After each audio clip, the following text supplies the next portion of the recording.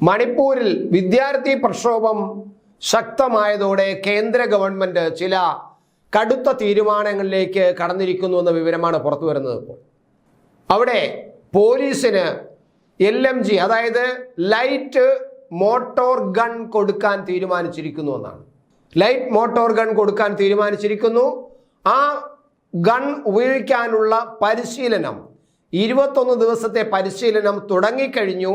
അത് ദിവസങ്ങൾക്ക് മുമ്പ് തന്നെ ഈ 21 ദിവസത്തെ പരിശീലനം അവിടുത്തെ പോലീസുകാർക്ക് കൊടുത്തു കഴിഞ്ഞു. അത് നടന്നുകൊണ്ടിരിക്കുന്നു. അത് ആർമിയിൽ നിന്നുള്ള വിദഗ്ധരാണ് വന്നിട്ട് അവിടെ പോലീസിന് ഇപ്പോൾ ഈ ലൈറ്റ് മോട്ടോർ ഗൺ ഉപയോഗിക്കാൻ വേണ്ടിയിട്ടുള്ള പരിശീലനം കൊടുക്കുന്നതെന്ന് അറിയുന്നത്. അപ്പോൾ ആ പരിശീലനം നടന്നുകൊണ്ടിരിക്കുകയാണ്. ഇതിൽ നമ്മൾ മനസ്സിലാക്കുന്നത് കർശനമായ ചില തീരുമാനങ്ങൾ കേന്ദ്ര ആഭ്യന്തര മന്ത്രാലയം എടുത്തിരിക്കുന്നു എന്നാണ്. 1 വർഷം കാത്തിട്ടും ശമിക്കാത്ത ഒരു കലാപത്തെ, രാജ്യത്തിൻ്റെ നാണക്കേടും രാജ്യത്തിന് അസ്വസ്ഥത ഉണ്ടാക്കുന്നതുമായ ഒരു സംസ്ഥാനം മണിപ്പൂരിൽ 2 വിഭാഗങ്ങൾ തമ്മിൽ, 2 വംശങ്ങൾ തമ്മിലുള്ള ഈ കുടിപ്പക വല്ലാതെ രാജ്യത്തിൻ്റെ രാഷ്ട്രീയത്തെ പോലും സ്വാധീനിക്കുന്നു. രാജ്യത്തിൻ്റെ ലോക രാജ്യങ്ങൾക്ക് ഇന്ത്യയിലുള്ള ഒരു പ്രതിച്ഛായയ്ക്ക് പോലും നഷ്ടമാകുന്ന അവസ്ഥയിലേക്കാണ് പോയത്. ഇത് ഇപ്പോൾ കേന്ദ്ര ഗവൺമെൻറ് കർശന തീരുമാനമെടുത്തിരിക്കുന്നു. മാത്രമല്ല അവിടെ ഇപ്പോൾ ഗവൺമെൻറ് വളരെ കർശനമായിട്ട് ഇൻ്റർനെറ്റ് സൗകര്യങ്ങൾ, പല സ്ഥലങ്ങളിലും ഇൻ്റർനെറ്റ് സൗകര്യങ്ങൾ കട്ട് ചെയ്തു. പിന്നെ ജില്ലയിലെ നിരോധനാജ്ഞ, പ്രധാന 3 ജില്ലകളിൽ നിരോധനാജ്ഞ പ്രഖ്യാപിച്ചു കഴിഞ്ഞു, കർഫ്യൂ പ്രഖ്യാപിച്ചു കഴിഞ്ഞു. അതുപോലെ തന്നെ അവിടെ ആസാം റൈഫിൾസിൻ്റെ 2 ബറ്റാലിയനിലെ പിൻവലിക്കുകയും ചെയ്തു. 2 ബറ്റാലിയനെ, ആസാം റൈഫിളിലെ 2 ബറ്റാലിയനെ പിൻവലിച്ചിട്ട് അവിടെ CRPF-കാരെയാണ് ഇപ്പോൾ നിയമിച്ചിരിക്കുന്നത്. അവർക്ക് ഇതുപോലെ ഗൺ ഉപയോഗിക്കാനുള്ള ലൈസൻസ് ഉണ്ട്, അനുവാദവുമുണ്ട്. അപ്പോൾ ആ അവസ്ഥയിലേക്കാണ് കാര്യങ്ങൾ പോകുന്നത്. വളരെ ഗുരുതരമായ ഒരു അവസ്ഥയിലേക്കാണ് മണിപ്പൂർ പോകുന്നത്. അടിച്ചമർത്തുകയല്ലാതെ ഒരു തരത്തിലും സാധ്യമല്ലാത്ത അവസ്ഥയിലേക്ക് അവിടുത്തെ കലാപം ശക്തമായതോടുകൂടിയാണ് വിദ്യാർത്ഥികൾ ആൾ ആസാം സ്റ്റുഡൻസ് യൂണിയൻ എന്ന് പറയുന്ന സംഘടനയുടെ കീഴിൽ കുട്ടികൾ, വിദ്യാർത്ഥികൾ അവരവിടെ സെക്രട്ടേറിയറ്റിലേക്കും അതുപോലെ രാജ്ഭവനിലേക്കും മാർച്ചുകൾ നടത്തുന്നു. നിരന്തരം അവർ രാജ്ഭവനിലേക്കും മാർച്ച് നടത്തുന്നു. അങ്ങനെ തന്നെ അവിടുത്തെ ക്രമസമാധാന നില തന്നെ ആകെ തകർന്നു കിടക്കുകയാണ് കുറേ കാലം കൊണ്ട്. അവിടെ ഒരു ഗവൺമെൻറ് ഉണ്ടെങ്കിൽ പോലും ഗവൺമെൻറ്റിന് കൺട്രോൾ ചെയ്യാൻ കരുത്ത തരത്തിലുള്ള വംശീയ കലാപമാണ് അവിടെ നടന്നുകൊണ്ടിരിക്കുന്നത്. അക്രമകാരികളിൽ നല്ല ട്രെയിനിങ് കിട്ടിയ, തോക്കുകൾ ഉപയോഗിക്കാൻ അറിയാവുന്ന, നല്ല ട്രെയിനിങ് കിട്ടിയ അക്രമകാരികളുണ്ട്. ഈ അക്രമകാരികളുടെ പിന്നിൽ ആരാണെന്ന് കേന്ദ്ര ആഭ്യന്തര മന്ത്രാലയത്തിന് ഭംഗിയായിട്ട് അറിയാം.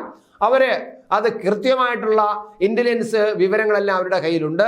ഇതിന് രാജ്യത്തിൻ്റെ പുറത്തുള്ളവരുടെ പിന്തുണയുണ്ട്. ചില രാജ്യങ്ങളുടെ തന്നെ പിന്തുണ ഈ മണിപ്പൂരിൽ അക്രമം നടത്തുവാനുള്ളവർക്കുണ്ട്. രാജ്യത്തിൻ്റെ പ്രതിച്ഛായ തകർക്കുക എന്നതും രാജ്യത്തിലൊരു ആഭ്യന്തര കലാപം സൃഷ്ടിക്കുക എന്നുള്ളതുമാണ് ഈ മണിപ്പൂർ കലാപകാരികൾക്ക് പിന്നിൽ നിൽക്കുന്ന ശക്തികളുടെ ഉദ്ദേശം. അത് നമ്മുടെ രാജ്യത്തിന് കുറേ കാലമായിട്ട് ഈ രാജ്യത്തിനെതിരായിട്ടുള്ള ഒരു യുദ്ധം, ശീതയുദ്ധം വിദേശത്തിരുന്നു കൊണ്ട് പല ശക്തികൾ നടത്തുന്നുണ്ട്. അത് ഭംഗിയായിട്ട് കേന്ദ്ര ഗവൺമെൻറ്റിന് അറിയാം. എന്തായാലും അവിടെ ഈ മെഷീൻ ഗൺ ഉപയോഗിക്കാനും അതുപോലെ പോലീസിന് ഗണ്ണ് ഉപയോഗിക്കാനും, അപ്പോൾ ഇതിനെതിരെ ഇപ്പോൾ ചില ആൾക്കാർ രംഗത്ത് വന്നിട്ടുണ്ട്. എന്തായാലും ഈ അടുത്ത കാലത്ത് ചുരാചന്ദ് എന്ന് പറയുന്ന പ്രദേശത്ത് നിന്ന് വൻതോതിൽ ഈ ആയുധങ്ങൾ കണ്ടെടുക്കുകയും ചെയ്തിരിക്കുന്നു അവിടുത്തെ പോലീസ്. ഈ ചുരാചന്ദ് പ്രദേശം ഏതാണെന്ന് അറിയാമല്ലോ.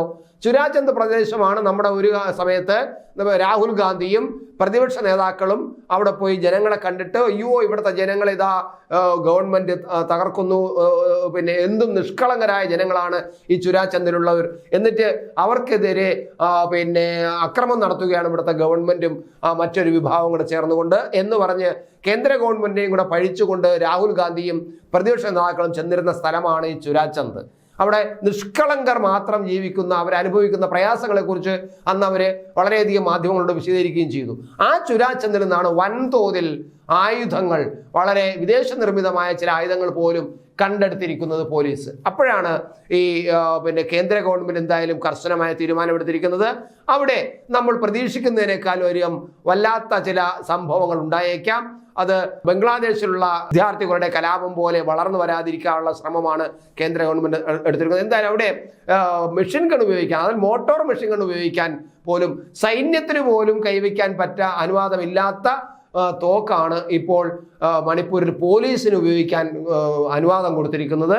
അത് പ്രത്യേകം ചില തീരുമാനങ്ങൾ കേന്ദ്രം എടുത്തത് കൊണ്ട് തന്നെയാണ്. അടിച്ചമർത്തുക എന്നല്ലാതെ അവിടെ ചിലപ്പോൾ ചില ചൊരിച്ചിലുകൾ ഉണ്ടായേക്കാം. അപ്പോഴേക്കും നമ്മുടെ പ്രതിപക്ഷ നേതാക്കളെല്ലാം അതിനെ വിമർശിച്ചുകൊണ്ട് ഇപ്പോൾ തന്നെ തോക്ക് കൊടുത്തന്നെ വിമർശിക്കുന്നത് പോലെ വിമർശിച്ചുകൊണ്ട് രംഗത്ത് വന്നേക്കാം. എന്തായാലും മണിപ്പൂര് നമ്മൾ പ്രതീക്ഷിക്കുന്ന തരത്തിലുള്ള ഒരു പുതിയ അല്ലെങ്കിൽ ഒരു വല്ലാത്ത സംഭവം നടക്കാൻ അവിടെ സാധ്യതയുണ്ട് എന്ന് തന്നെയാണ് കാണേണ്ടത്.